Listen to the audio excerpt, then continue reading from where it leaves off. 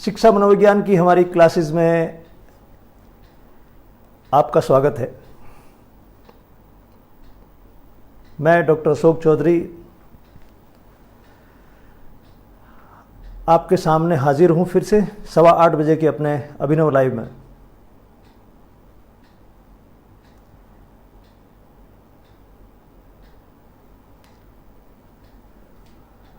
Good evening sir, नमस्ते।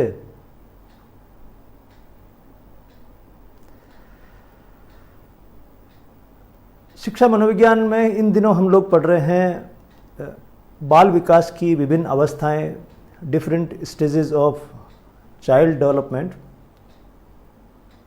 और उसमें अभी तक हमने एक स्टेज के बारे में पढ़ा है जिसे हम बाल्य अवस्था कहते हैं, चाइल्डहुड कहते हैं। आज उससे आगे की अवस्था को हम पढ़ेंगे। बड़ी इंटरेस्टिंग है, जैसा मैं कहता रहता हूँ, माता पिता के लिए बहुत ज़्यादा इंटरेस्टिंग है, शिक्षक के लिए बहुत इंटरेस्टिंग है, और जो जागरूक नागरिक हैं जो आसपास समाज को बदलते देखते हैं उनके लिए भी बहुत इंटरेस्टिंग है। मैं बोर्ड को एडजस्ट करने की कोशिश कर रहा हूँ। विक्रम भाई कुराड़ा जी, आप इसका थोड़ा ध्यान करिएगा, है ना। बोर्ड सही एडजस्ट हो रहा कि नहीं हो रहा मुझे बताना।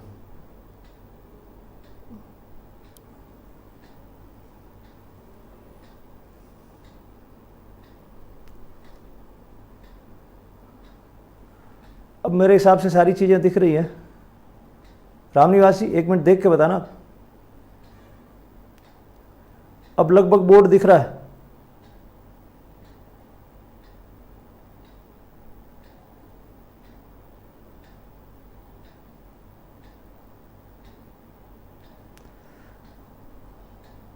काफ़ी कुछ ठीक कर दिया मैंने ना।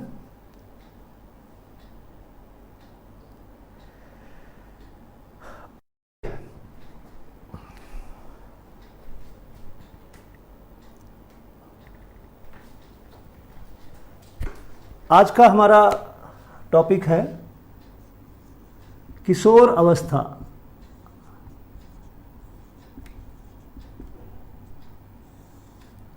एडोलेसेंस।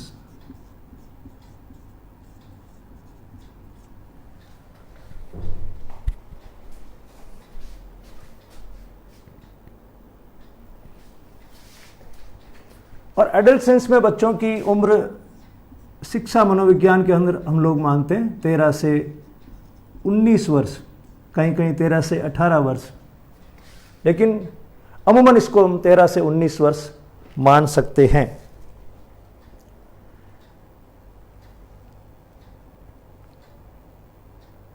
जब ये सदी शुरू हुई थी 1901 से लेकर आगे तक की, तो अमेरिका में एक बहुत बड़ी बहस चल रही थी। और वह बहस इस बात को लेकर चल रही थी कि कुछ लोग ये मान रहे थे कि समाज में जितना भी ये उत्थान पतन हो रहा है, गड़बड़ हो रही है, उसके लिए किशोर आयु के बच्चे जिम्मेदार हैं। इनके कारण से सारी समस्याएं हैं, झगड़े, फसाद, अपराध, इनके कारण ज़्यादा होते हैं। तो ऐसे में 2-3 जो मनोवैज्ञानिक हैं उन्होंने इनको स्टडी किया बहुत गहराई से, और उन्होंने कहा कि गलती हमारी है, हम इनको समझ नहीं पा रहे हैं। इन बच्चों का कोई दोष नहीं है, हम इनको ठीक से समझ नहीं पा रहे हैं। और तब से किशोरों को समझने के बारे में, उनका विकास अच्छे से कैसे हो इसके बारे में बहुत सारे शोध हुए, और शिक्षा का तरीका भी बदला उनके लिए। उनको जिस तरह से अभी तक पढ़ाया जा रहा था उसमें बदलाव किया गया, और उन्हीं सब बातों को समाहित करते हुए शिक्षा मनोविज्ञान में ये चैप्टर रखा जाता है, किशोर अवस्था के क्या लक्षण होते हैं और किशोर अवस्था में अभिभावकों को और शिक्षकों को क्या ध्यान रखना चाहिए, उनको कैसे संभालना चाहिए। और उन्होंने पूरी चेतावनी के साथ ये बात कही है कि ये एक ऐसी उम्र है, अगर आपने इसमें इन बच्चों को अच्छे से संभाल लिया तो संवर जाएंगे, और अगर आपने इन पर ध्यान नहीं दिया, आप उदासीन रह गए, तो ये दूसरे रास्ते पे भी जा सकते हैं। तो बहुत टेंडर एज है ये, बहुत बड़े बदलाव की एज है ये। इस उम्र में अंदर बहुत उथन पतन चल रहा है, तूफान मच रहे हैं। तो बड़ी इंटरेस्टिंग है, जो अभिभावक देख रहे हैं उनके लिए भी, और जो शिक्षक देख रहे हैं उनके लिए भी, और जो शिक्षक भर्ती की तैयारी कर रहे हैं उनके लिए भी। मैंने आज कमेंट बॉक्स पे कंट्रोल कर रखा है। मैं ये चाहता हूं कि आप केवल ध्यान से सुने, कमेंट्स को छोड़ दीजिए, केवल ध्यान से सुनिए, इस पूरे विषय को ध्यान से सुनिए, समझिए। और जो स्टूडेंट्स हैं वो अपने नोट्स बनाते रहे साइड में। ऐसे नहीं कि आप बैठ गए और ध्यान कहीं और है, आपका आधा अधूरा मन है, उससे इस तरह की पढ़ाइयाँ गंभीरता से होगी नहीं। और मैं आपको इसकी तैयारी करवा रहा हूँ, क्यों? ताकि आप परीक्षा में आनंद के साथ प्रवेश करें और सफल हो। तो मजे में बैठिए, आराम से रिलैक्स होकर बैठिए और समझिए कि किशोर अवस्था क्या चीज होती है, इसके लक्षण क्या है और इसको हम कैसे संभाल सकते हैं। ओके, किशोर अवस्था का जैसे मैंने आपको कहा काल 13 से 19 वर्ष मानते हैं और इसको हम लोग वैसे टीन एज भी कहते हैं। टीन यानी जो उम्र है वो 13, 14, 15, 16, 17, 18, 19 होती है। तो जो टीन एज है उसके बारे में हम बात कर रहे हैं, लेकिन कहीं पर भी कोई ऐसी लाइन खींची हुई नहीं है कि 12 साल से 13वें में प्रवेश करते ही बदलाव आना शुरू हो जाएगा या 18 साल से 19 में प्रवेश करते ही बदलाव आने बंद हो जाएंगे। ऐसा नहीं होता है। जब भी हम पढ़ें, किसी भी विषय को हम पढ़ें और कहीं पे भी ऐसा डेटा आता है, तब हम मान के चलें जनरली, सामान्यतया, ऑन एन एवरेज इस उम्र को हम इसमें बांध के रखते हैं 13 से 19 वर्ष में। यह है हमारी किशोर अवस्था। हमने हिंदी में शब्द दिया किशोर अवस्था, इंग्लिश में इसको एडोलसेंस की एज बोलते हैं। पहली बात। दूसरी, अगर हम हमारी स्कूलों को देखें यहां पर, तो आप यूं मान के चलिए कि 6th स्टैंडर्ड से लेके छठी क्लास से लेकर और लगभग 12वीं क्लास तक स्कूल एज है। स्कूल का ये आखिरी पड़ाव है। पहला पड़ाव था बाल्यावस्था और दूसरा पड़ाव है ये। हमारे यहाँ स्कूलों को बांटते हैं, मिडिल स्कूल में, सेकेंडरी में, सीनियर सेकेंडरी में करते हैं, लेकिन इस पूरे को मिला लें आप तो 6ठी से लेकर 12वीं क्लास तक की उम्र के बारे में हम बात कर रहे हैं, इन स्टूडेंट्स के बारे में हम बात कर रहे हैं। तो सबसे पहला तो हो गया ये कि कौन से काल के बारे में बात कर रहे हैं और उसको हम इजीली कैसे समझ सकते हैं। तो 6ठी क्लास से 7वीं, 8वीं, 9वीं, 10वीं, 11वीं, 12वीं, यहां तक के बच्चों के बारे में हम बात कर रहे हैं। जब इन बच्चों के बारे में हम बात करते हैं तो हम सुविधा के लिए इस पूरे चैप्टर को बांट देते हैं। सबसे पहले हम कौन कौन से अन्य नामों से, विशेषणों से, अन्य नाम या विशेषण जो इस आयु के लिए प्रयुक्त होते हैं उनकी बात करते हैं। यह हमारा पहला सब हेडिंग होता है, अन्य नाम और विशेषण। फिर इसमें विकास के आयाम, अलग अलग आयाम, वो कौन कौन से होते हैं? शारीरिक, मानसिक, संवेगात्मक, ये अलग अलग आयाम हैं विकास के। संवेगात्मक,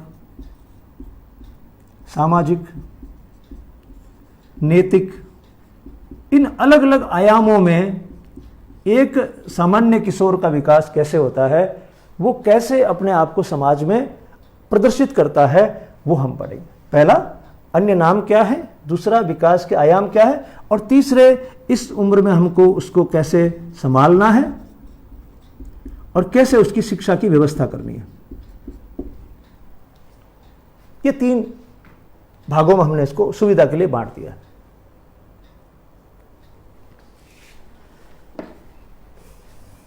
और मेरे साथ जब भी आप पढ़ें तो ध्यान रखिए, रटने की कोई ज़रूरत नहीं है। प्रत्येक शब्द को हम लोग समझेंगे, प्रत्येक लाइन को हम लोग समझेंगे, उसका क्या अर्थ है, ऐसा क्यों रखा गया है। मेरे अनुभव में ये आया कि ज़्यादातर स्टूडेंट्स इन परिभाषाओं को, इन शब्दों को रटने की कोशिश करते हैं और फिर वो टेंस हो जाते हैं। जब उतनी चीज़ें एक साथ याद नहीं रहती तो वो टेंस हो जाते हैं। रटे नहीं, आराम से समझें, रिलैक्स होकर समझें। तो सबसे पहले हम अन्य नाम लिखते हैं कि अन्य कौन कौन से नामों से इस काल को जाना जाता है।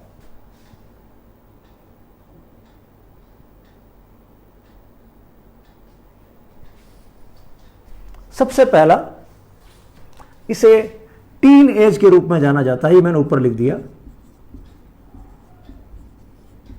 इसे टीन एज कहा जाता है। और इसका मैंने आपको अर्थ बता दिया था कि ये जो उम्र है इसमें टीन उपयोग में होता है अंग्रेजी में, 13, 14, 15, 16, 17, 18, 19 टीन एज होती है। तो टीन एज के रूप में हम इसको जानते हैं, सबसे पहला तो ये। दूसरा, हम इसको पतझड़ का काल कहते हैं।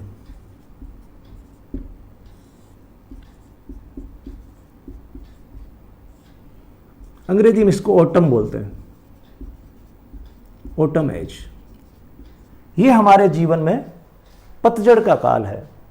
उसका अर्थ यह है कि इसके पहले जो हमारा जीवन था, या बच्चे का जो जीवन है इससे पहले, जन्म से लेके 12-13 साल तक, उसके बाद जैसे पौधों में पतझड़ होता है और नई कोंपलें फूटती हैं, ऐसे बच्चों में भी बड़ा परिवर्तन आता है।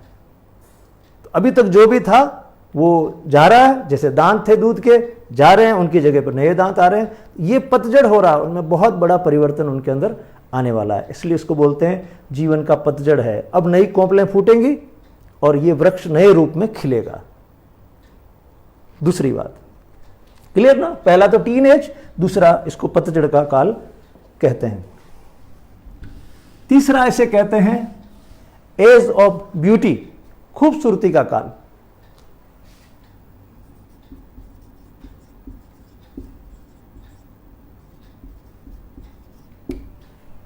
एज ऑफ ब्यूटी, खूबसूरती का काल कहते हैं। कहते हैं कि इंसान अपने जीवन में सबसे अधिक सुंदर इसी काल में होता है। तो जो बड़े हैं वो आपकी अपनी 10वीं बोर्ड की फोटो को या 12वीं बोर्ड की फोटो को ध्यान से देखिएगा, आप अपने जीवन में इतने सुंदर फिर कभी लगने वाले नहीं हैं। तो एक इंसान अपने जीवन में इतना सुंदर फिर कभी दिखाई देता नहीं है। इसलिए इसको कहते हैं एज ऑफ ब्यूटी, यानी खूबसूरती या सुंदरता का काल। इसे आनंद का काल भी कहते हैं। आनंद और उपलब्धि का काल भी कहते हैं, age of pleasure and achievement. मैं एक एक शब्द को बड़े आराम से आपको समझाता भी जा रहा हूं, इसको रटने की कोई जरूरत नहीं है।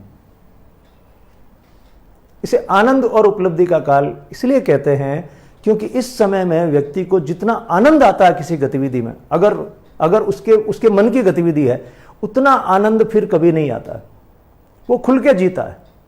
वो डांस करता तो खुल के डांस करता। इस समय उसको डांस करने में जितना आनंद आएगा उतना आनंद फिर कभी आएगा नहीं। डांस तो बाद में भी कर सकता है, आनंद बाद में भी आ सकता है, लेकिन इतना नहीं आएगा। तो ये आनंद का काल है। मैक्सिमम प्लेजर जो आता है व्यक्ति को, वो इस समय में आता है। बड़ी प्यारी सी अवस्था है। हालांकि इसको जब नहीं समझते हैं तो ये हमारे लिए समस्या की अवस्था बन जाती है, जो अभी देखेंगे हम, लेकिन इसमें आनंद खूब आता है। दूसरा अचीवमेंट, जो उपलब्धियां हैं, उपलब्धियां, उन उपलब्धियों का मजा इस समय में आता है। और हम देखते भी हैं 10th के बोर्ड में जो हमारे मार्क्स आते हैं पहली बार, मजा आता है। उतना मजा बाद में नहीं आता। बाद में आप डॉक्टर बन जाएं, IAS बन जाएं, कुछ भी हो जाएं, लेकिन उतना मजा नहीं महसूस होगा जितना मजा इस समय में होता है। तो ये आनंद और उपलब्धि का काल भी है। ये 3-4 चीजें हो गई शुरू में। ये तो हो गई आपको जो एकदम अपीयरेंस में दिखती है, सामने दिखती है। फिर इससे समस्या का काल कहते हैं।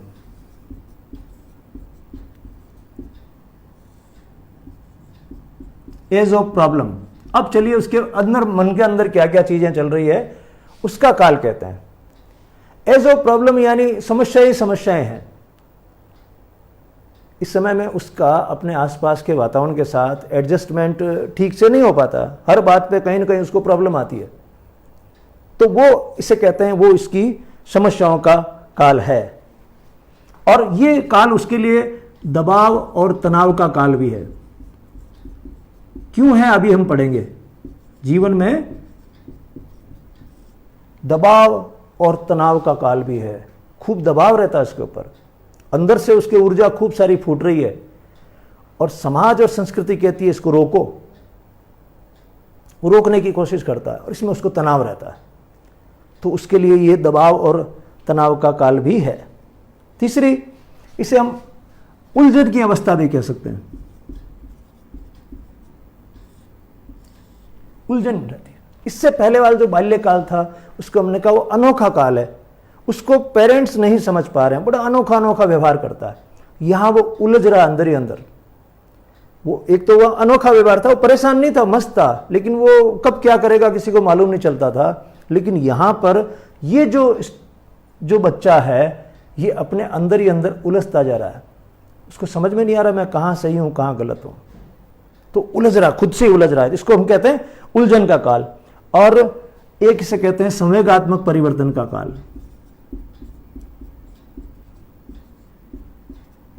इस समय में इमोशनल चेंज बहुत ज्यादा होता है, इमोशनल चेंज बहुत ज्यादा होता है अंदर, क्योंकि खूब सारे हार्मोन अब बनने शुरू होते हैं, वो रिलीज होते हैं शरीर के अंदर। तो भावनाओं का कभी उफान आ जाता है, कभी एकदम वो नीचे चला जाता है, कभी ऊपर चला जाता है। तो संवेगों का जो है, भावनाओं का परिवर्तन बहुत तेजी से इस समय में होता है।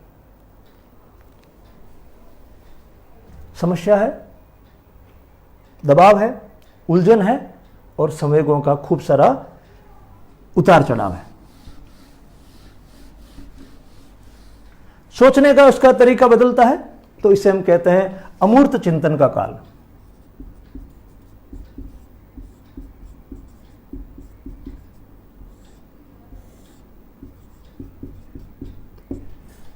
पहले वो जो सोच रहा था वो मूर्त चिंतन था, अब ये चिंतन बदल गया है अमूर्त में, एब्स्ट्रैक्ट थिंकिंग में।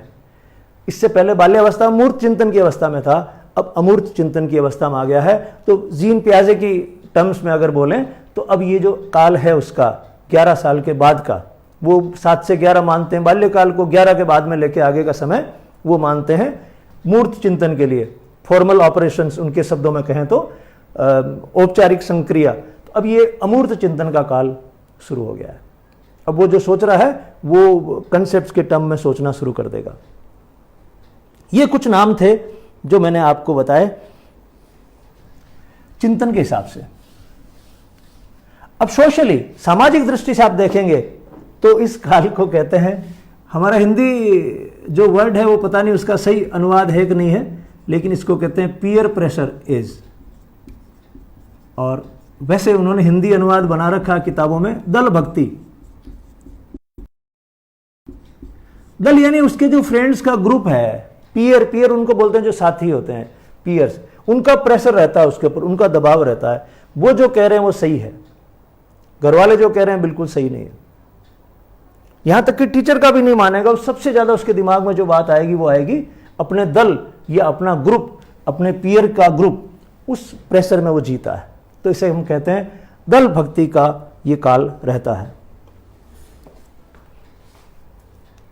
फिर आता है सोशल रिकॉग्निशन। मैं इंग्लिश और हिंदी दोनों साथ साथ लिख रहा हूं ताकि सुविधा रहे। कुछ लोग जो हैं वो इंग्लिश मीडियम से हैं तो उनको भी सुविधा रहे, और मैं आराम से हिंदी में समझाऊंगा। तो जो हिंदी वाले इन शब्दों से डरे नहीं कि अचानक से ये शब्द कहाँ से आ गए।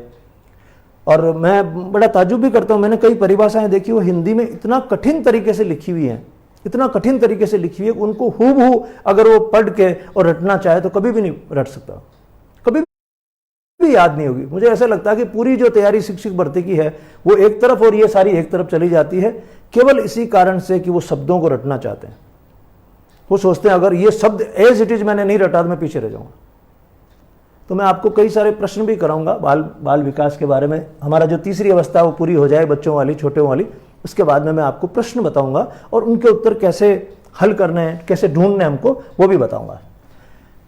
पहला सोशली उसका दल भक्ति का काल है, दूसरा सामाजिक स्वीकृति का काल। इससे पहले वाला जो काल था उससे हमेशा तुलना करते रहिए बाल्यकाल से। जो बाल्यकाल था वो काल था सामाजिक पहचान का। वो बच्चा कह रहा था मुझे पहचान लो मैं भी कुछ हूं, मुझे पहचान लो मैं भी कुछ हूं। ये कह रहा मुझे स्वीकार करो, मुझे बराबर का स्वीकार करो, मैं आपके बराबर हूं। ये मानने को तैयार नहीं मैं छोटा हूं। वो पहले वाला मान रहा था मैं छोटा हूं लेकिन मुझे पहचान लो। वो रिक्वेस्ट कर रहा था, ये रिक्वेस्ट नहीं कर रहा है, ये थोड़ा सा प्रेशर कर रहा है कि मुझे स्वीकार करिए, रिकॉग्निशन करिए। सोशल रिकॉग्निशन, सोशल आइडेंटिटी, सामाजिक पहचान और सामाजिक स्वीकृति की मुझे बीच में बैठा हो आप, तो मैं पूरी पंचायत ही करूंगा। तो ये सामाजिक स्वीकृति का काल कहते हैं कि मुझे स्वीकार करो सामाजिक रूप से। एक होता है सामाजिक पहचान, मुझे पहचान लो, मैं भी समाज में कुछ हूं, तो हम कह रहे हैं ठीक है तू भी परिवार में है। ये कह रहा नहीं, मुझे बराबर में स्वीकार करो आप। अब जब इस तरह से आप किसी चीज का अर्थ समझ जाते हैं तो फिर आपको पढ़ने में मजा आता है। और ये चीजें ऐसी नहीं है कि कोई चांद की चीजें हैं, ये सारी धरती पर हमारे बीच में घटती है, हमारे आसपास। लेकिन कारण ये कि हमारी पढ़ाई की व्यवस्था ऐसी है कि उन किताबों के और हमारी समझ के बीच में गैप है। तो हमें ऐसा लगता है ये कोई दूसरी दुनिया की बातें हैं जिनको हमको समझना है, जबकि हमारे आसपास की चीजें हैं सारी वो। इसलिए मैं थोड़ा सा हर चीज पे ऐसे जोर दिया जा रहा हूं। और लास्ट इसमें आप समझ लीजिए, आत्मसम्मान, इसको हटा देता हूं मैं कोशिश कर रहा हूं कि बोर्ड को बीच में लूं। कई लोग कहते हैं कि इसको टेढ़ा करो, ऐसे मोबाइल को आड़ा करो, तो वो आड़ा करेंगे तो फिर आपको भी ऐसे आड़ा करके देखना पड़ेगा। मैंने एक दो बार करके देखा था ऐसे, तो बड़ा बेकार सा लगता है।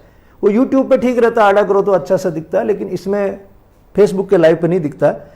मैं फिर अपने दोस्तों से पूछूंगा इसके बारे में और अच्छे से कैसे किया जा सकता है। तो ये जो काल है आत्मसम्मान का काल है। आत्मसम्मान, सेल्फ रेस्पेक्ट। मुझे कोई जल्दी नहीं है, आपको भी कोई जल्दी नहीं होनी चाहिए, पर आराम से इनको समझिए शब्दों को। आत्मसम्मान और आत्मधारणा, सेल्फ कंसेप्ट।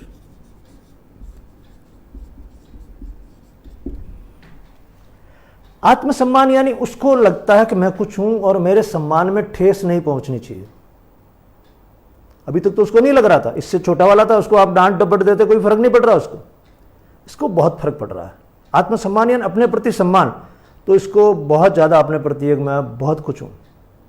तो इसको आप कहीं डांट देते हैं, बच्चों के सामने कहीं डांट देते हैं, इसको बहुत बुरा लगता है।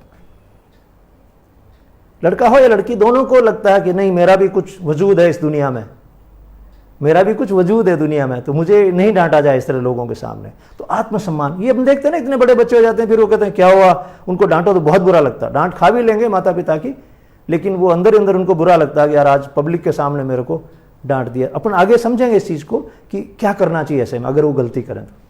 आत्मसम्मान का समय है। आत्मधारणा का समय, उन्होंने अपने बारे में कोई धारणा बना ली है कि मुझे ये होना है। उनका एक विजन बन गया जीवन के प्रति, अपने प्रति एक धारणा बन चुकी है कि मुझे कुछ होना है जीवन में, वो बन चुकी है। अब अगर हम उसकी धारणा के अनुसार उसके सम्मान की रक्षा करते हुए उसके साथ चलते हैं तो बहुत सही रास्ते पर चल जाएगा। अगर हम हमारी थोपते हैं उसके ऊपर तो नहीं चलेगा, नहीं चलेगा। उस पर हम आएंगे आगे। तो ये काल इसका है। और लास्ट में एक उपनाम है व्यक्तिगत मित्रताओं का काल। आप सारे गुजरे हो इन चीजों से, और ये आपका सबसे मस्त वाला काल रहा होगा जब आपको समझ आई होगी मैं कुछ हूं। व्यक्तिगत मित्रता का काल है, यानी ये जो समय होता है इसमें कोई ना कोई आपका खास दोस्त होगा। लड़कों में 2-3 दोस्त होंगे, लड़कियों में कोई एक होगी। यानी आपकी इंडिविजुअल फ्रेंडशिप रहेगी जिसको आप सब कुछ कहोगे, सब कुछ उसके साथ शेयर करोगे। इस समय जरूरत भी पड़ती है, सब ज्यादा जरूरत तो पूरे जीवन में पड़ती है, लेकिन इस समय ज्यादा पड़ती है। तो वो व्यक्तिगत मित्रताएं बड़ी मजबूत होना शुरू होती है, बस वो उसके साथ ही रहना चाहता है। लड़कों में मैंने कहा 2-3 दोस्त होंगे घनिष्ठ, लड़कियों में 3 नहीं होते, 2 ही होते हैं। जैसे ही तीसरे का नंबर आता तो उसको एक को कम करना पड़ता है उनको तीसरा फ्रेंड आती है, एक को कम करना पड़ता है, उनमें 2 ही होते ज्यादा। एक्सेप्शन होते हैं, अपवाद होते हैं, लेकिन मैं आपको जनरल टर्म्स में बता रहा हूं। तो उनकी व्यक्तिगत मित्रताओं का काल है, उनको अपना मित्र ही अच्छा लगता है, उसके लिए बहुत इंपॉर्टेंट मित्रता। और अगर आप उसके मित्र का सम्मान नहीं करते हो तो आप जैसा उसका दुश्मन नहीं कोई, बस वो मित्र सब कुछ है उसका।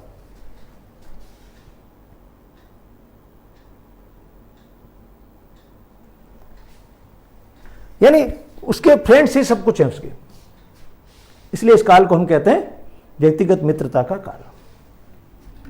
ये कुछ चीजें हुई, विशेषण हुए जो इस आयु के लिए प्रयोग में लाए जाते हैं। अब विद्वानों ने इसके बारे में क्या बोला है, इस काल के बारे में अलग अलग विद्वानों ने क्या बोला है, विद्वानों के मत।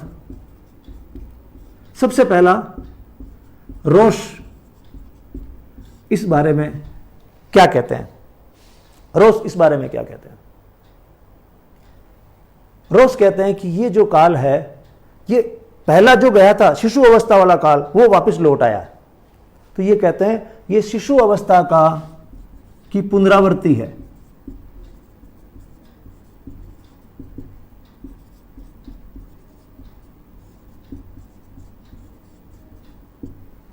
शिशु काल जो था, इससे पहले जो शुरुआत का काल होता है ना 6 साल से पहले का, वो फिर 6 से 12 वाला और ये वाला काल, ये कह रहे हैं वो जो शिशु काल था 1 से 5-6 साल वाला, वो जैसे वापस आ जाता है।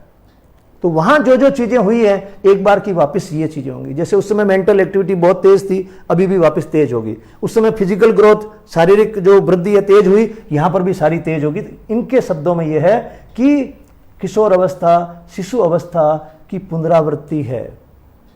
कई बार जैसे हम कहते हैं ना बुढ़ापा बहुधा बचपन का पुनरावृत्ति होती है उसमें, तो ऐसे ही यहां पर इस किशोर अवस्था में शिशु अवस्था वाले गुण वापस आना शुरू होते हैं, वो लक्षण आना शुरू होते हैं। तो ये हो गया रोस की परिभाषा। रोस के बाद में दूसरे हैं किलपैट्रिक।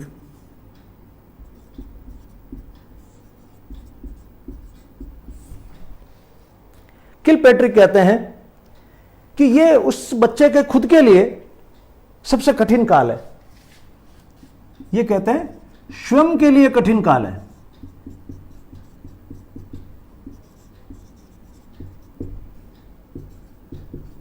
इससे पहले वाला जो बाल्यावस्था था, हम तुलना करते रहेंगे उससे। बाल्यावस्था में यह बात कही गई थी कि वो माता पिता के लिए कठिन काल है, माता पिता उस बच्चे को समझ नहीं पा रहे हैं।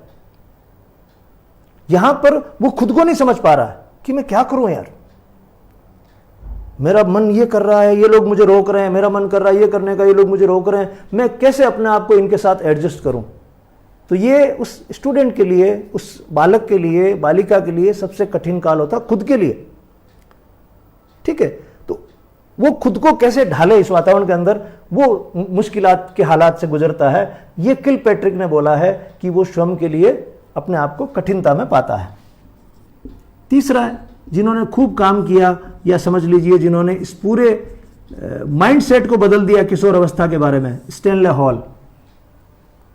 इन्होंने पूरा अमेरिका में इन्होंने खूब संघर्ष किया इस बात को लेकर, यार ये बच्चे बड़े प्यारे हैं और तुम लोग इनको अपराधी किस्म के मान के बैठ गए होगी, इनकी वजह से ही समाज में सारी प्रॉब्लम है। इन्होंने बहुत विरोध किया था। तो उनकी परिभाषा इंपॉर्टेंट है, उनकी परिभाषा इंपॉर्टेंट है। मैंने कई बार आपको कहा कि ये परिभाषाएं जो है ऐसे लोगों की पढ़ा करें हम लोग जिन्होंने इस बारे में कुछ काम किया है। स्टैनले हॉल की परिभाषा को मैं यहां ऊपर लिख देता हूं। इन्होंने कहा कि ये बालक के लिए द्वंद्व, तनाव और तूफानों का काल है।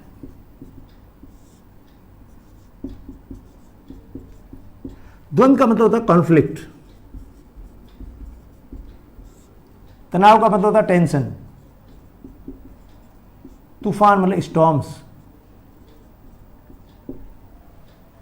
उन्होंने कहा कि बालक इस दौर में इन 3 चीजों से गुजरता है, कॉन्फ्लिक्ट से, द्वंद्व से, तनाव से और तूफानों से। कॉन्फ्लिक्ट, ये तनाव क्या चीज होती है, मैं थोड़ा सा इसको यहीं पे आपको समझा देता हूं। बड़ी इंटरेस्टिंग है, हम सब इससे गुजरते हैं हमारी जिंदगी में। देखिए ये व्यक्ति है और इसका एक लक्ष्य है, ये वाला, इस लक्ष्य को उसे प्राप्त करना है और उसके लिए वो खूब कोशिश करता है। जैसे एग्जाम आपका लक्ष्य है, आप उसके लिए खूब कोशिश करते हैं, तो आप तनाव में रहते हैं, इसको बोलते हैं तनाव। व्यक्ति है, उसका लक्ष्य है और उसको प्राप्त करने के लिए वो जो प्रयास कर रहा है, उन दिनों कई बार वो तनाव में रहता है या अक्सर तनाव में ही रहता है। ये तो हो गया तनाव, परीक्षा का हो या किसी और काम का हो, बिजनेस का हो, किसी और काम का हो। ये जो स्थिति रहती है कि यार क्या होगा कि नहीं होगा, पार पड़ेंगे या नहीं पड़ेंगे, ऐसा होगा कि नहीं होगा, ये बाधाएं तो नहीं आ जाएगी, ये सारी जो चीजें उसको जिस चीज से भरती है उसको हम कहते हैं तनाव। दूसरा होता है द्वंद्व। ये व्यक्ति है और इसके सामने 2 लक्ष्य हैं, एक लक्ष्य ये है और एक लक्ष्य ये है। कॉन्फ्लिक्ट, संघर्ष, द्वंद्व, इसको संघर्ष भी बोलते हैं, द्वंद्व बोलते हैं। अब वो ये सोचता है यार ये मैं ये एग्जाम दूं या ये दूं, ये धंधा करूं या ये धंधा करूं, उसके मन में ये चलता है। ये जो बच्चा है इस उम्र वाला, ये भी इन चीजों से गुजर रहा है।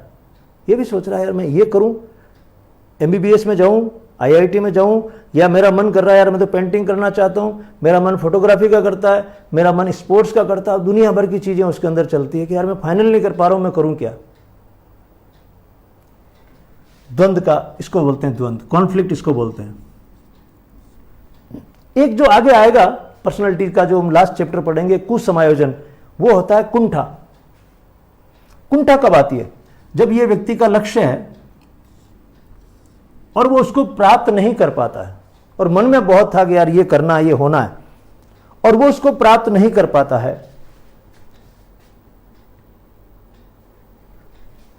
तो वो क्या करता है? निराश हो जाता है, और निराश होकर वो कुंठित हो जाता है।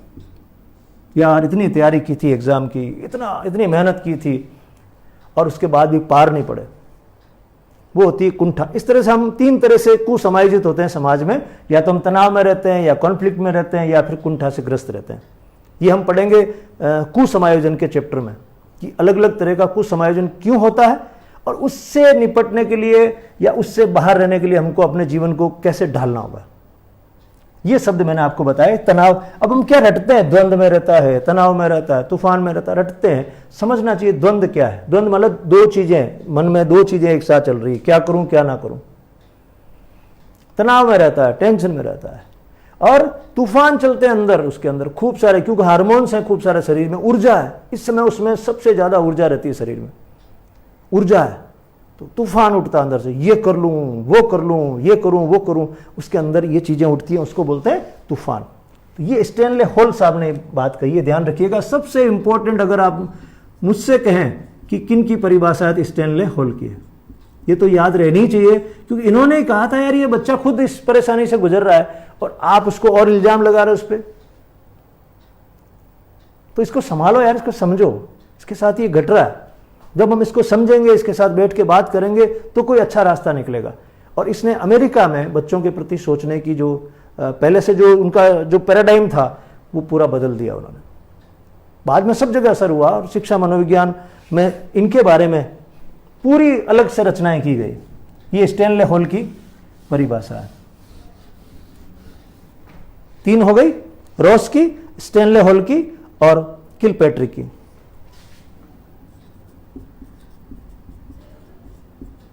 जेसफील्ड ने छोटा सा बोला, ये परिवर्तन का काल है, परिवर्तन का काल है, एज ऑफ ट्रांजिशन। इन्होंने बोला कि ये परिवर्तन हो रहा है,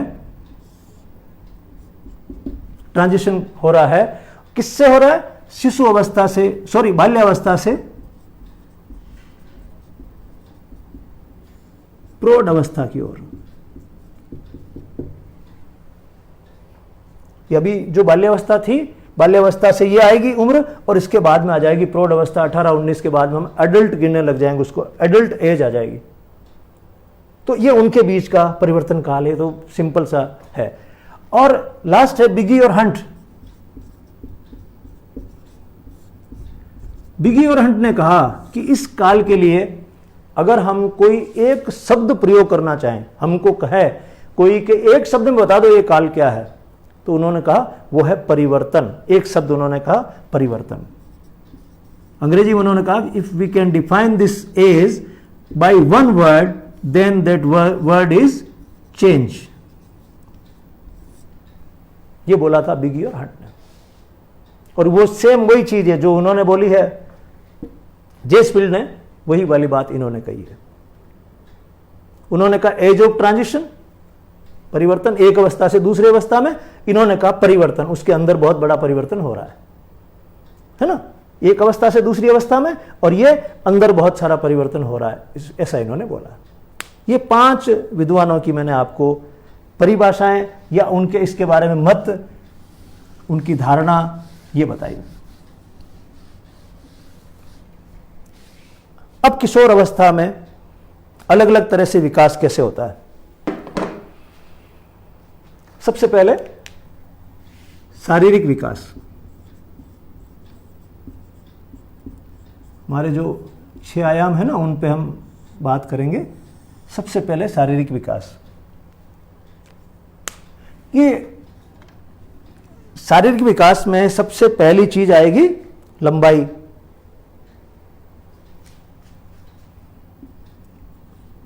लंबाई का क्या हाल है?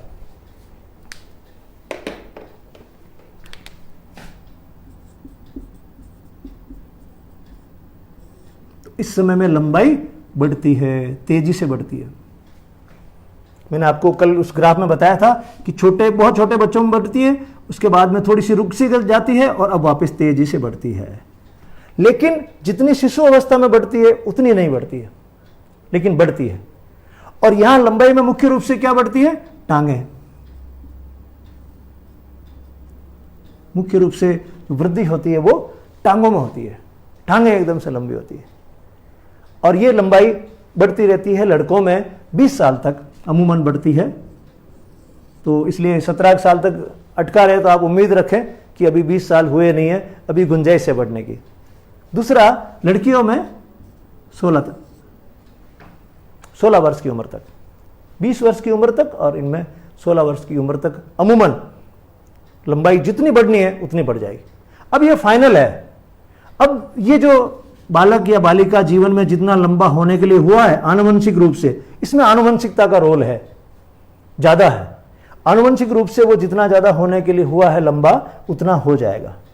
लेकिन एक चीज हमें ध्यान रखनी पड़ेगी कि अगर आनुवंशिक रूप से वो लड़का 6 फीट का होने का उसके अंदर डीएनए में प्रोग्राम डाला हुआ है, चिप में डाला हुआ है कि इसको 6 फीट का होना है, लेकिन अगर हमारा वातावरण ठीक नहीं है, हम उसका खान पान वगैरह ठीक नहीं रखते हैं छोटे से लेके बड़े तक, तो वो 6 फीट का होगा नहीं और वो थोड़ा सा कम रह जाएगा। यानी उस प्रोग्राम में तो है लिखा हुआ 6 फीट का, लेकिन वो 6 फीट का कब होगा? जब हम उसको इस प्रकार का वातावरण देंगे, उसको बराबर एक्सरसाइज का मौका देंगे, उसके पोषण की व्यवस्था करेंगे ठीक से, वो सारी चीजें देंगे, दूध पिलाएंगे खूब सारा, तो वो 6 फीट का होगा, नहीं तो 6 फीट का नहीं होगा। तो जितना होना है इस काल में वो हो जाएगा। लड़कियां जल्दी बड़ी हो जाएंगी, उनकी जितनी हाइट होनी है वो 16 साल तक ले लेंगे। उसका कारण यही है कि लड़कियां जल्दी मैच्योर होती हैं, परिपक्व जल्दी होती है। इसलिए अपन विवाह की उम्र के बारे में कहते हैं, लड़कों की जो उम्र है वो 21 साल और लड़कियों की 18 साल, इसके कारण से रखते हैं। ये हो गई लंबाई। फिर वजन। वजन का क्या हाल है? तो वजन तेजी से बढ़ता है और बढ़ने का कारण है उसकी मांसपेशियां, क्योंकि मसल्स बढ़ती है इस समय में, मांसपेशियां और हड्डियां ये तेजी से बढ़ती है, तो इनके कारण उनका वजन बढ़ता है। लेकिन यहां ध्यान रहे कि लड़कों का वजन ज्यादा बढ़ता है, लड़कियों का कम बढ़ता है। इससे पहले वाले काल में था लड़कियों का वजन ज्यादा बढ़ता है बाल्यावस्था में, लड़कों का कम बढ़ता है, लेकिन यहां पर लड़कों का वजन ज्यादा बढ़ता है लड़कियों की तुलना में। तो वजन बढ़ता है, लेकिन लड़कों में वजन अपेक्षाकृत ज्यादा बढ़ता है। तीसरी बात, अनुपात, शरीर का अनुपात। शरीर के अनुपात में अब टांगों का अनुपात बढ़ जाता है अचानक से। ये जो बीच वाला पोर्शन पहले ज्यादा हावी हो रहा था, अभी बाल्यावस्था में क्या था? अनुपात इसका धड़ का ज्यादा था। ये अब आप देख लो इस तरह से हो रहा हो, यानी टांगों का जो अनुपात है शरीर में वो अचानक से बढ़ जाता है, क्योंकि लंबाई टांगों के कारण बढ़ती है, तो इनका अनुपात बढ़ जाता है। दांत, अभी 20 दांत तो आ चुके हैं उसके बाल्यावस्था में, परमानेंट वाले दूध के दांतों के स्थान पर। अब यहां पर 13-14 साल की उम्र होते होते उसके 28 दांत आ जाते हैं। कुल 32 होते हैं ना, 28 दांत आ जाते हैं उनके 13-14 साल की उम्र तक। बाकी 4 कब आते हैं? जिनको हम अक्ल के दांत कहते हैं। तो वो तो जब अक्ल आएगी जब आएंगे अपने यहाँ अक्ल डाढ़ बोलते हैं उसको, अक्ल डाढ़ आएगी जब आएंगे। तो वो 4 आने की जो उम्र है वो कोई फाइनल नहीं है, वो कभी भी आ जाएंगे 21 साल तक।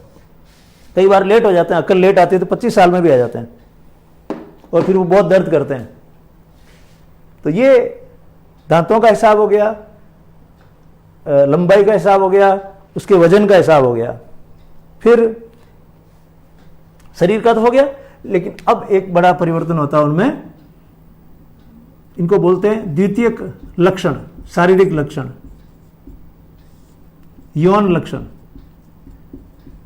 Secondary sexual characteristics.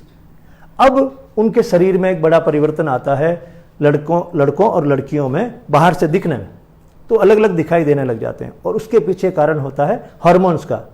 महिलाओं में, लड़कियों में हार्मोन अलग होते हैं, तो महिलाओं वाले लक्षण प्रकट करना शुरू कर देते हैं शरीर में, और पुरुषों में पुरुषों के लक्षण प्रकट करना शुरू कर देते हैं। तो इस उम्र की एक खास बात होती है कि उनका जो लैंगिक भेद है वो स्पष्ट दिखाई देने लगता है, और लैंगिक भेद स्पष्ट दिखाई देने के पीछे कारण क्या है? हार्मोन से, उनके कारण से। पुरुषों में पुरुष हार्मोन होते हैं एंड्रोजन, महिलाओं में एस्ट्रोजन हार्मोन के कारण अलग तरह के कैरेक्टरिस्टिक्स शरीर में दिखाई देने लग जाते हैं। तो ये भी शरीर में बहुत बड़ा परिवर्तन इस समय में होता है। ये पहला विकास का आयाम शारीरिक विकास। दूसरा, अब मानसिक विकास। अब उसके दिमाग में क्या परिवर्तन आता है? मानसिक विकास। सबसे पहला बुद्धि, इंटेलिजेंस। अब वो जितना बुद्धिमान होने के लिए हुआ है, पहले भी अपने बुद्धि वाले चैप्टर में पढ़ा था, जितनी बुद्धि उसमें आनी है, जितनी बुद्धि का ग्रोथ होना है, वृद्धि होनी है, उतनी हो जाएगी, तो तेजी से होगा। तो अब उसमें बुद्धि तेजी से बढ़ेगी। फिर उसका जो सोच है, उस सोच में तर्क यानी आर्ग्यूमेंट वो बढ़ेगा, और उसमें लॉजिकल तर्क, लॉजिकल थिंकिंग जिसे कहते हैं, तार्किक चिंतन, वो बढ़ेगा। तार्किक चिंतन बढ़ेगा। अब वो एब्स्ट्रैक्ट या अमूर्त बातों के बारे में विचार करने लगेगा, समझने लगेगा। इससे पहले हम कोशिश करते, अगर उससे पहले वाले में कोशिश करते तो मुश्किल था, लेकिन अब उसको ऐसी चीजें भी समझाई जा सकती है जो उसके सामने नहीं है, जो उसके सामने अभी नहीं है, मूर्त रूप में नहीं है, लेकिन उनके बारे में भी विचार कर सकता है। फिर हम कहते हैं गणित में उसको माना कि इतना मान लो, ये मान लो, मानो कि तुम वहां खड़े हो, वहां से तुमको कैसे दिखाई दे रहा है, तो वो अमूर्त चिंतन के लिए तैयार हो जाता है। मान लो कि आप उस जगह खड़े हो, फिर बस आपके सामने से निकली है, वो इतनी गति से निकली है, फिर वो जो फॉर्मूले समझाते हैं हम लोग उनको, उसको कहते हैं अमूर्त चिंतन। वो अमूर्त चिंतन करने की स्थिति आ जाती है, और वो तर्क के आधार पर चिंतन करना शुरू कर देता है, आर्ग्यूमेंट की स्थिति आ जाती है। तार्किक चिंतन की अवस्था हम इसको कहते हैं। भावनात्मक रूप से, यानी दो चिंतन हो गए ना, तार्किक चिंतन और अमूर्त चिंतन, दोनों ध्यान रखिएगा, दोनों अलग अलग शब्द हैं। अमूर्त चिंतन और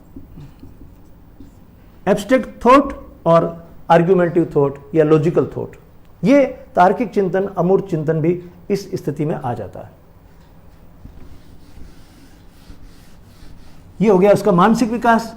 अब उसका संवेगात्मक विकास। ये संवेगात्मक शब्द आता है ना, इसको आप भावनात्मक अगर करें तो और आसान हो जाएगा इसको समझना।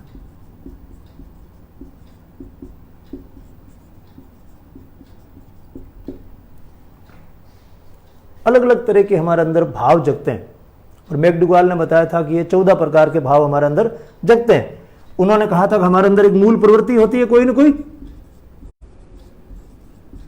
और उसके अनुसार कोई ना कोई एक संवेग शरीर में पैदा होता है।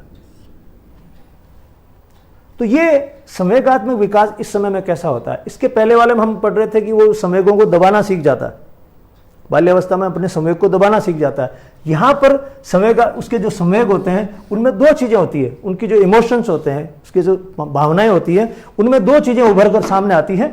पहली तो वो अस्थिर, इनस्टेबल हो जाता है, और दूसरी उसकी भावनाएं तीव्र होती है। ये दो बातें ध्यान रखिएगा। इस समय में उसकी जो भावनाएं हैं, उसके जो संवेग हैं, वो अस्थिर होते हैं, फिक्स नहीं है वो क्या करेगा। बहुत खुश हो सकता है, अचानक से बहुत उदास हो सकता है। आप उसके बारे में भविष्यवाणी नहीं कर सकते कि वो अभी इस समय में कैसा व्यवहार करेगा, क्योंकि उसके अंदर के जो हार्मोन्स हैं वो उसको स्थिर रहने नहीं देते। उनके कारण से उसके संवेग एक तो अस्थिर होते हैं, और जब आते हैं तो बहुत तेजी से आते हैं। ऊर्जा बहुत ज्यादा है ना इस समय में, शरीर में ऊर्जा इस समय बहुत ज्यादा है।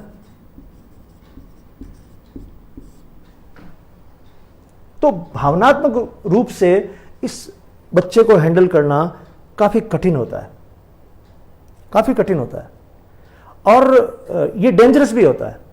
ये डेंजरस ऐसे होता है कि इस समय में इसके मन में जो सारी चीजें चल रही होती हैं वो इसको कहीं भी ले जा सकती है। आगे अपन पढ़ेंगे उसमें मोरल डेवलपमेंट कैसे होता है, उसमें मैं आपको ज्यादा अच्छे से उस बात को बता पाऊंगा।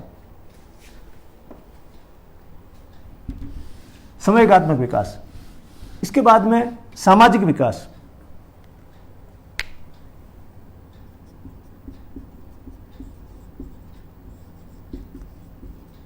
बाल्यावस्था में वो अति सामाजिक था, दौड़ रहा था काम करने को, मैं करूंगा मैं करूंगा।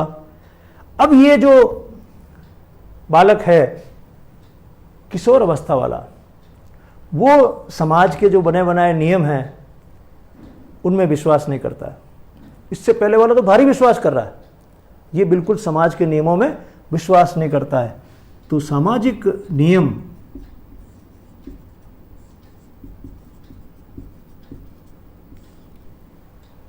सांस्कृतिक मूल्य,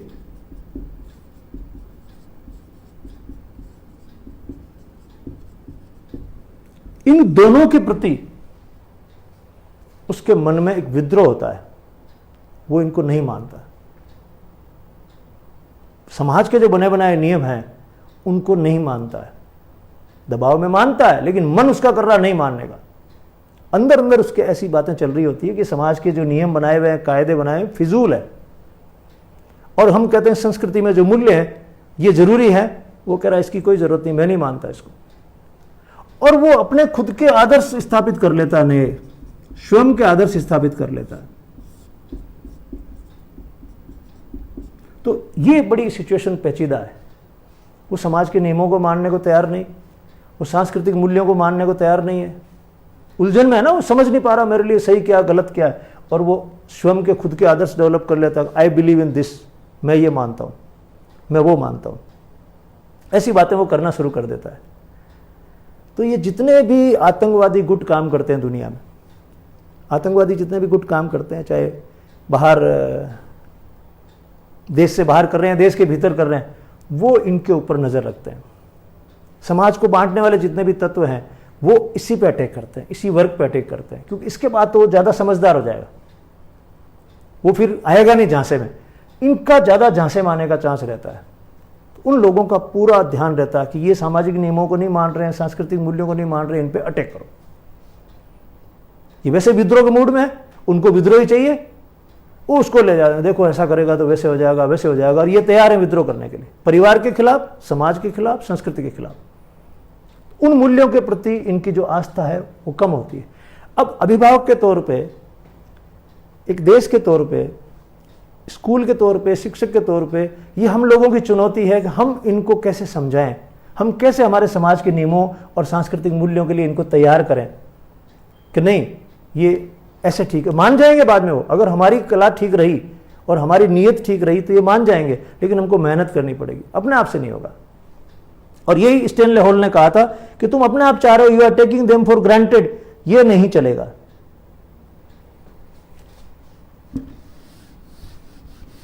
फिर इनकी सामाजिकता में एक और चीज आती है कि ये अपने दोस्तों के, मित्र समूहों में ज्यादा विश्वास करते हैं। ये समाज के नाम पर इनके लिए सबसे इंपॉर्टेंट एंटिटी है जिसको ये मानते हैं। मित्र समूह इनका ये इंपॉर्टेंट है। मित्र समूह जो भी सोचता है ये वही सोचते हैं। अब इनका मित्र समूह कोई भी हो सकता है, अक्रॉस द कास्ट हो सकता है, अक्रॉस द कंट्री हो सकता है, अक्रॉस द रिलीजन हो सकता है, कहीं भी हो सकता है। इनको इन सब चीजों से कोई मतलब वैसे भी नहीं है। तो इनका जो मित्र समूह है वो बहुत महत्वपूर्ण होता है। ये उसमें विश्वास करते हैं और उसके प्रति भक्ति भी दर्शाते हैं कि मैं तो इसके प्रति समर्पित हूं, और उसमें रहना चाहते हैं। उससे बाहर निकलते उनको डर लगता है, उनका वही समाज है। इसलिए क्लास में आप देखते होंगे कभी कि ये जो दोस्त होते हैं क्लास में बातें कर रहे होते हैं, और हम बाद में पता करना चाहते हैं कि किसने मिस्टेक की क्लास में, मिस्टेक किसने की। आप कुछ भी कर लो, उनको कुछ मारो पीटो कुछ भी करो, लेकिन वो बताएंगे नहीं। और वो इसलिए नहीं बताएंगे कि उनके लिए मारपीट कुछ भी नहीं है। उनके लिए उन दोस्तों की परीक्षा में खरा उतरना जरूरी है। कल को ये मारपीट तो चली जाएगी, कोई फर्क नहीं पड़ता इन चीज़ों से।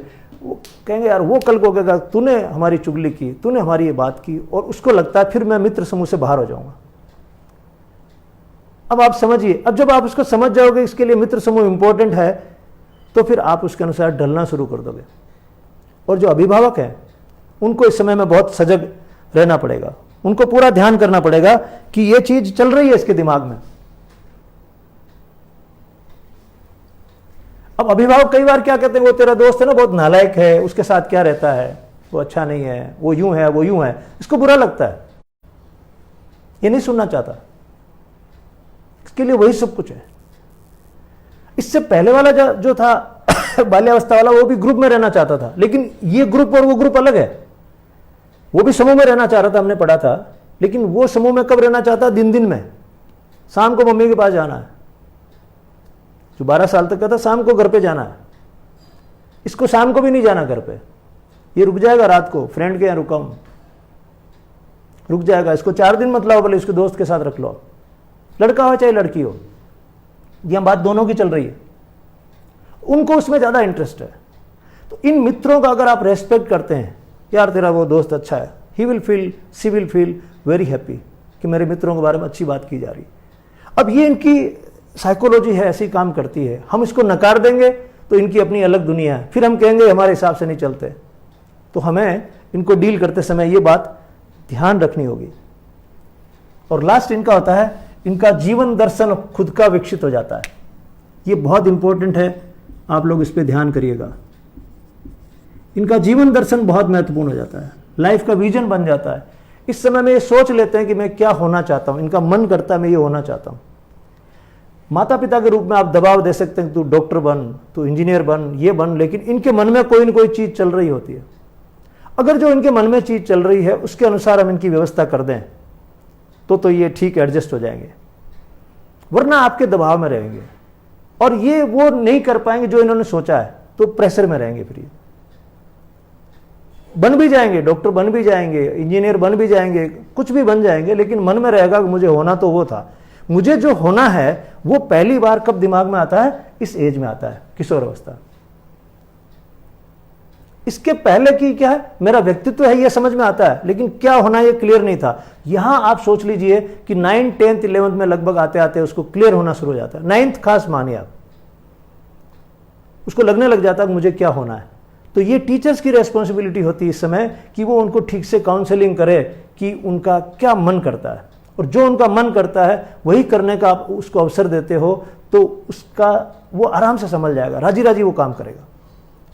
तो ये जीवन दर्शन उनका विकसित हो जाता है। ये उनके सामाजिक विकास की बात हुई। फिर उनका नैतिक विकास, मोरल, ये अभी मैंने आपको बता ही दिया था, सामाजिक के साथ साथ ही कि उनका जो नैतिकता का है मामला, उसमें बहुत ज्यादा विश्वास नहीं है। उनको नैतिकता में बहुत ज्यादा विश्वास नहीं है।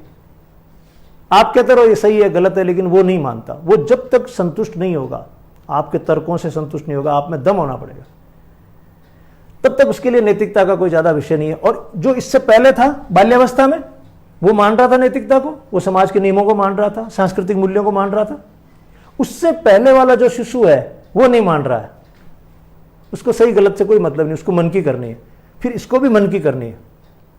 इसीलिए तो उन्होंने कहा था, विद्वान ने, रोश ने ये तो कहा कि ये उसका एक तरह से पुनरावृत्ति है शिशु अवस्था की। तो नैतिकता से इनका कोई ज्यादा संबंध होता नहीं है। अनैतिक नहीं होते, लेकिन वो जो वैल्यूज हैं, प्रिंसिपल्स हैं, उनमें इनको ज्यादा विश्वास नहीं होता है। और ये संतुष्ट होना चाहते हैं आपके तर्क से। अगर आपके अंदर दम है उनको संतुष्ट करने का, तो बात मान लेंगे। ये हो गया इनके विकास के अलग अलग चरण कि कैसे कैसे ये विकसित होते हैं। अब इस क्लास के अंतिम पड़ाव में हम इनका क्या करें, इनको कैसे मैनेज करें, तो 5 खास बातें आपको ध्यान रखनी है। इनका संभाल कैसे करना है, इनको कैसे संभालना है, इनकी केयर कैसे करनी है, और इनकी एजुकेशन कैसे देनी है इनको। हम लोग एजुकेशन बोलते हैं, अंग्रेजी वाले इसको एडुकेशन कहते हैं, एडुकेशन। लेकिन एडुकेशन हम अभी पकड़ नहीं पा रहे हैं हमारे मन। मैं जैसे एडुकेशन बोलूँगा तो अजीब सा लगेगा। इंग्लिश में प्रोनाउंसिएशन में एडुकेशन बोलते हैं, लेकिन अभी भारत में एजुकेशन से काम चल रहा है, तो मैं भी एजुकेशन शब्द ही आपके लिए यूज़ कर रहा हूँ। तो केयर एंड एजुकेशन ये कैसे होता है? सबसे पहला, इनके शारीरिक प्रशिक्षण पर जोर दीजिए। ये शरीर अभी इस स्थिति में है, मैक्सिमम जितना विकसित होना है उसके लिए है। तो ये जो समय है, इस समय में आप उनके शारीरिक प्रशिक्षण पर बहुत ज़्यादा जोर दीजिए। उससे क्या होगा कि उनका शरीर मजबूत हो जाएगा, मसल्स मजबूत हो जाएंगी, हड्डियां मजबूत हो जाएंगी, हर चीज़ शरीर की मजबूत हो जाएंगी, वो फिट हो जाएंगे। और अभी वो फिट हो जाएंगे तो उनका स्वास्थ्य भी ठीक रहेगा, मानसिक और शारीरिक। इस समय अगर आपने इस चीज़ पे ध्यान नहीं दिया, भले वो पढ़ाई लिखाई कुछ भी कर लेंगे, लेकिन बीमारियों का घर बन जाएंगे। उनके अंदर जो रोग प्रतिरोधक क्षमता, जिसकी आजकल हम कोरोना में बात करते हैं, रोग प्रतिरोधक क्षमता, वो तभी विकसित होगी इस उम्र में जब आप उस पर ध्यान देंगे। दौड़ना कूदना, ये सारा खेल कूद, वो हमारी प्रायोरिटी नंबर 1 होनी चाहिए। हालांकि नहीं है, आप और हम सब जानते हैं कि अभी पढ़ाई प्रायोरिटी, पढ़ा रहे कमरे के अंदर पढ़, तो उसके शरीर को जब बढ़ना होता है, जीवन में शानदार स्थिति में आना होता है, उस समय में हम उसको दबा देते हैं। अब ये कितने दिन चलेगा भारत में, ये नाटक चलेगा, अब आगे देखने का विषय। लेकिन शिक्षा मनोविज्ञान बार बार कह रही है कि इस पे ज़्यादा जोर दो। और यूरोप में और अमेरिका में उन्होंने अपनी शिक्षा पद्धति को इस हिसाब से डाल दिया कि ये बच्चे खूब खेलते कूदते हैं, वहाँ इतना प्रेशर नहीं है डॉक्टर बनने का, IIT में जाने का, ये करने का इतना प्रेशर नहीं है। वो कह रहे नहीं, शरीर ठीक होना चाहिए। वो अलग विषय, उस पर हम डिटेल से बात कर सकते हैं। तो शारीरिक प्रशिक्षण हमारी सबसे पहली प्राथमिकता होनी चाहिए, नंबर 1।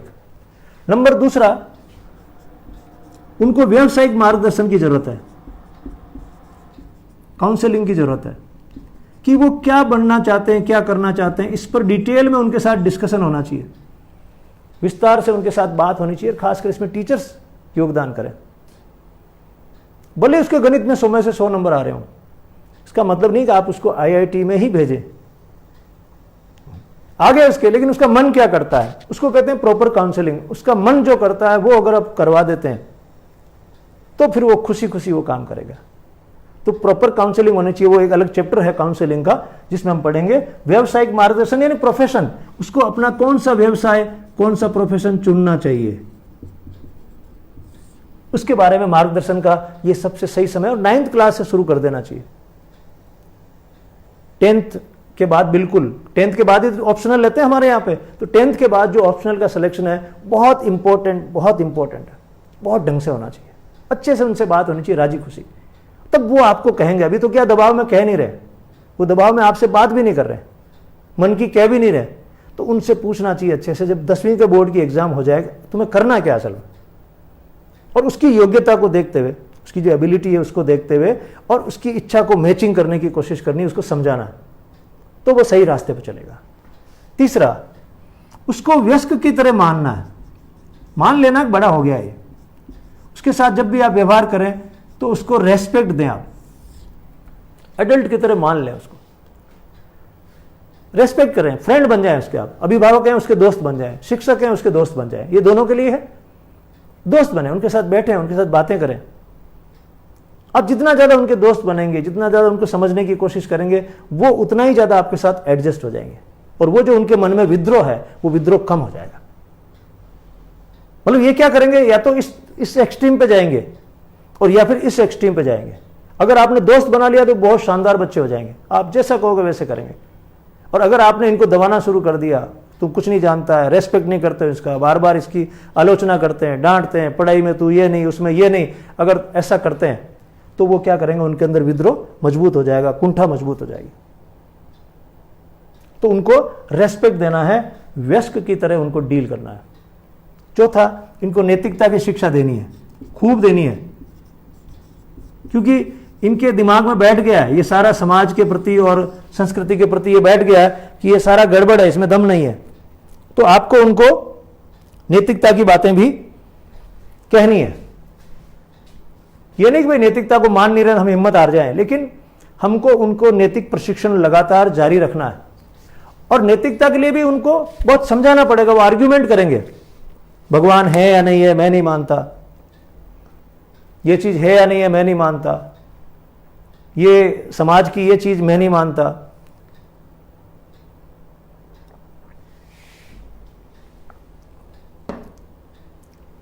जैसे मैंने 10th में छुआछूत के खिलाफ विद्रोह कर दिया था, मैंने कहा मैं नहीं मानता। छुआछूत के खिलाफ मैंने 10th में विद्रोह किया था, मैंने कहा मैं नहीं मानता, किसी को हाथ लगा लूंगा उससे क्या हो जाएगा, और मैंने लगा लिया। जो हरिजन हमारे यहाँ सफाई करने आते थे उनके हाथ लगा दिया, उनको पानी पिला दिया अपने लोटे से, तो मैं विद्रोह कर रहा हूं। अब समझाया जाना चाहिए ऐसी स्थिति में, और उनको भी समझ जाना चाहिए कि छुआछूत ठीक नहीं है, ये अच्छी बात नहीं। एक मानव दूसरे मानव को छूता है तो उससे अशुद्ध नहीं होता है, लेकिन इस समय विद्रोह आता दिमाग के अंदर। और ये जो विद्रोह है उस समय में आपको नैतिकता सिखानी चाहिए, लेकिन गलत चीजें नहीं सिखानी चाहिए। जैसे आप ये मत सीखो कि इनसे छुआछूत क्यों रखनी चाहिए, गलत चीजें नहीं सिखानी चाहिए, यही सिखानी चाहिए कि छुआछूत नहीं करनी चाहिए। तो आप में भी सुधार हो, खुद के अंदर भी सुधार हो, और बच्चों में सुधार हो, दोनों में सुधार होगा तो सामाजिक सुधार होगा। समाज को बांटने वाली बातें चल रही हैं तो वो नहीं मानेगा, वो कहेगा मैं नहीं मानता आपकी इन चीजों में, आपकी जाति व्यवस्था या आपकी व्यवस्था में मैं नहीं मानता। मेरा दोस्त है उस जाति का, लेकिन मेरा दोस्त है, ये तो दोस्त में मानते हैं। तो आपको उनको अपने समाज के प्रति भी अनुराग रखें और दूसरे समाज के प्रति भी प्रेम रखें, ऐसी एक रास्ता निकालना चाहिए कि वो हमारी सामाजिक व्यवस्था में भी चले और दूसरे समाजों के प्रति भी रेस्पेक्ट से भरा रहे। तो हमको इस प्रकार से उसकी नैतिकता को विकसित करना चाहिए। और लास्ट में उसका जो सिलेबस है, उसका पाठ्यक्रम है, उसको उसकी अभिक्षमता के अनुसार, जो उसको अच्छा लगता है उसके अनुसार तय करना चाहिए। हालांकि हमारे यहाँ पर पाठ्यक्रम में ज़्यादा काम करने की गुंजाइश नहीं है, क्योंकि 6ठी से लेकर 10वीं तक का जो हमारा प्रोग्राम है वो तो फिक्स है, वो तो सबके लिए एक जैसा ही है। 6ठी, 7वीं, 8वीं, 9वीं, 10वीं एक जैसा है। लेकिन कक्षा 11-12 में हम प्रयोग कर सकते हैं कि उसको उसी प्रकार का सिलेबस पढ़ाया जाए जो उसकी अभिक्षमता या एप्टीट्यूड के अनुसार है। ऐसी व्यवस्था हम उसके लिए कर सकते हैं, और करते ही हैं। अलग अलग ऑप्शनल हम दिलवाते हैं, लेकिन उसको भी थोड़ा ठीक से किया जाए, अच्छे ढंग से किया जाए। 10th के बाद उसको आगे के जो ऑप्शनल दिलवाए जाएं वो उसकी अभिक्षमता, उसकी रुचि दोनों को मिला के, और उसकी खुद की क्या उसका मन क्या कहता है, इन सबको मिला के अगर किया जाए तो अच्छा होगा। ये 5 चीजें हमको उसके लिए करनी पड़ेगी अगर हम उसको मैनेज करना चाहते हैं ठीक से। ये किशोर अवस्था के बारे में शिक्षा मनोविज्ञान क्या कहती है, परीक्षा की दृष्टि से भी, और अभिभावकों को क्या क्या ध्यान होना चाहिए इस काल के बारे में, ये भी।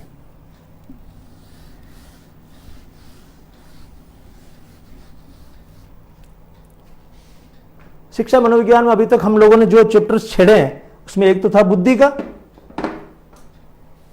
एक था व्यक्तित्व का। तो बुद्धि की अभी हमने अवधारणा, अर्थ, परिभाषाएं पढ़ी हैं। व्यक्तित्व का हमने अवधारणाएं, इसकी परिभाषा, अर्थ और ये सारी चीजें पढ़ी हैं। ये जो बाल विकास का चैप्टर, इसमें हमने 2 अवस्थाएं पढ़ी है, बाल्यावस्था और किशोर अवस्था। अब इसके बाद में हम लोग पढ़ेंगे शिशु अवस्था। तो हमारी तीनों जो अवस्थाएं हैं बाल्यावस्था की, बालक की जो डेवलपमेंट की तीनों अवस्थाएं हैं, उनको हम पूरा कर लेंगे। तो लॉकडाउन के दौरान मुझे लग रहा है कि हमारी जो शिक्षा मनोविज्ञान का सिलेबस है ये लगभग पूरा हो जाएगा। और साथ साथ में कभी कभी दूसरी चीजें भी करेंगे, लगातार ये करेंगे तो बोर हो जाएंगे, तो कभी कभी दूसरी चीजें भी करेंगे। लेकिन एक बार की जैसे तीनों अवस्थाएं पूरी हो जाएं, बुद्धि और व्यक्तित्व के चैप्टर पूरे हो जाएं, तो हम कहेंगे इतना हमने पढ़ लिया है। आप लोगों को जो भी जिज्ञासाएं हैं आप मुझे भेज सकते हैं, पूछ सकते हैं। लेकिन मेरा आपसे अनुरोध ये रहेगा कि एक तो कोशिश करें कि रटे नई चीज़ों को समझें। अगर कोई एक शब्द है आपको समझ में नहीं आया तो मुझसे पूछ लेना इस शब्द का अर्थ क्या है। रटने की कोशिश मत करिए, परिभाषा को एज इट इज रटने की कोशिश मत करिए। ये संवेदनाओं का ये ऐसा करके पढ़ते हो अब अजीब सा लगता है, वो याद भी नहीं होगा आपसे। रटिए मत, उसको समझिए, फिर आपको उन परिभाषाओं को पढ़ने में मजा आएगा। फिर मैं YouTube पे ये सारी चीजें डाल दूंगा। YouTube पे जो हमारा चैनल है उसको आपको सब्सक्राइब करना पड़ेगा, अल्फा कोचिंग क्लासेस।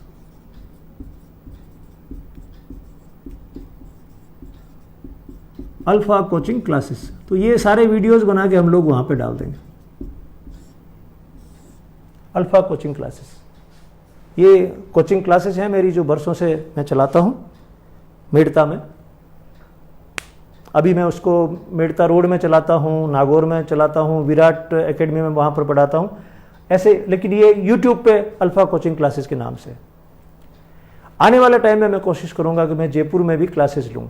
अभी तक मैंने ली नहीं है, मेरा मूड भी नहीं बना लेने का, लेकिन अब मैं कोशिश करूँगा कि जयपुर में भी क्लासेस लगाई जाए। तो जो भी स्टूडेंट्स जयपुर में रहेंगे, हम धीरे धीरे संपर्क में आ जाएंगे ऐसे, तो कभी जयपुर में, कभी जोधपुर में, इस तरह से हम लाइव क्लासेस करेंगे। वो जो क्लासेस करते हैं उनका अलग मजा है। देखिए ये तो एक विकल्प है, मतलब एक छोटा विकल्प है, पूर्ण विकल्प नहीं है। ऑनलाइन क्लास कोई पूर्ण विकल्प नहीं है। आज अभी आप मेरे सामने बैठे हो खूब सारे, और फिर मैं आपसे बातें करूं एक एक से, फिर हम चीज़ों को एक्सप्लेन करें। ये जैसी 1 घंटे की क्लास है तो उसमें 2 घंटे लगेंगे, लेकिन आप मुझसे क्वेश्चन पूछें, आपकी कंसेप्ट क्लियर हों, तो उसका अलग मजा आता है। तो ये तो एक तरह से छोटा सा सहारा है, विकल्प नहीं है, ये तो केवल सहारा है। आमने सामने बैठेंगे, जब 100-150 लोग बैठते हैं, खूब गप्पे मारेंगे, दूसरी बातें भी करेंगे और क्लास करेंगे, तो उसका अलग ही आनंद होगा। उम्मीद करता हूं कि लॉकडाउन के बाद हम लोग व्यक्तिगत आमने सामने वाली क्लासेस में भी बैठेंगे, चाहे जयपुर बैठे हैं या जोधपुर बैठे हैं, जो भी सुविधा बैठेगी बैठेंगे। और ये जो शिक्षा मनोविज्ञान का पार्ट, इसको तो आप समझ लीजिए 1 हफ्ते का काम है पूरा। ये तो पूरा 1 हफ्ते का खेल है। 1 हफ्ते में अगर सुबह 3 घंटे और शाम को 3 घंटे हम क्लास करें, तो ये सारे के सारे चैप्टर, अधिगम का चैप्टर हो जाएगा कंप्लीट। ये विकास वाला था भी, देखो आप 2 दिन में 3 दिन में पूरा ही होने वाला। बुद्धि का हो जाएगा, व्यक्तित्व का हो जाएगा, ये सारे चैप्टर्स 1 हफ्ते में हो जाएंगे। 3-3 घंटे की अगर क्लास लगाएंगे, 5 दिन में हम पूरा कर लेंगे, उसको अच्छे से कर लेंगे और कुछ भी नहीं छूटेगा। और क्वेश्चन आंसर भी कर लेंगे कि देखिए किशोर अवस्था के बारे में कौन कौन से क्वेश्चन अभी तक आए, बाल्यावस्था के बारे में कौन कौन से क्वेश्चन आए हैं, शिशु अवस्था के बारे में कौन से क्वेश्चन आए हैं, बुद्धि पे, व्यक्तित्व पे, अधिगम पे क्या क्या क्वेश्चन आए हैं, उनके क्या क्या आंसर्स हैं और आपको क्या ध्यान रखना है, वो भी हो जाएगा। वो सब भी करेंगे। चलिए आज की क्लास अब यहीं समाप्त करते हैं। शुभकामनाएं।